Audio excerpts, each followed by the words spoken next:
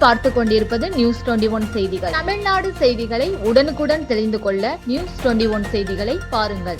பழனி கோயில் உண்டியல் காணிக்கை எண்ணப்பட்டதில் 2.94 கோடி ரூபாய் வருவாய் கிடைத்துள்ளது.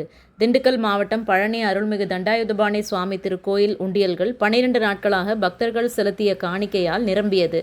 இதையடுத்து உண்டியல்கள் திறக்கப்பட்டு மலைக்கோயில் கார்த்திகை மண்டபத்தில் வைத்து எண்ணப்பட்டது. உண்டியல் எண்ணிக்கை முடிவில் பக்தர்களின் காணிக்கை வரவு ரொக்கம் 2,94,872 ரூபாய் கிடைத்தது. உண்டியலில் பக்தர்கள் தங்கத்தால் ஆன வேல், தாலி, மோதிரம், செயின், தங்கக்காசு போன்றவற்றையும் காணிக்கையாக செலுத்தியிருந்தனர். தங்கம் 907 கிராமும், வெள்ளி 25,509 கிராமும் கிடைத்தது.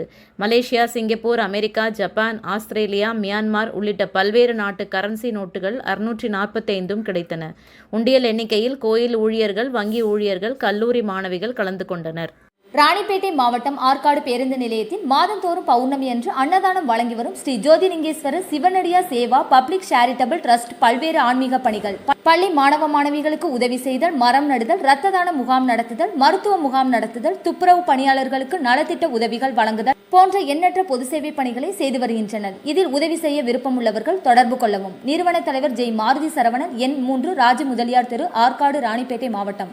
மேலும் விவரங்களுக்கு 9040405952 8098187929 என்ற எண்ணை தொடர்பு கொள்ளவும்.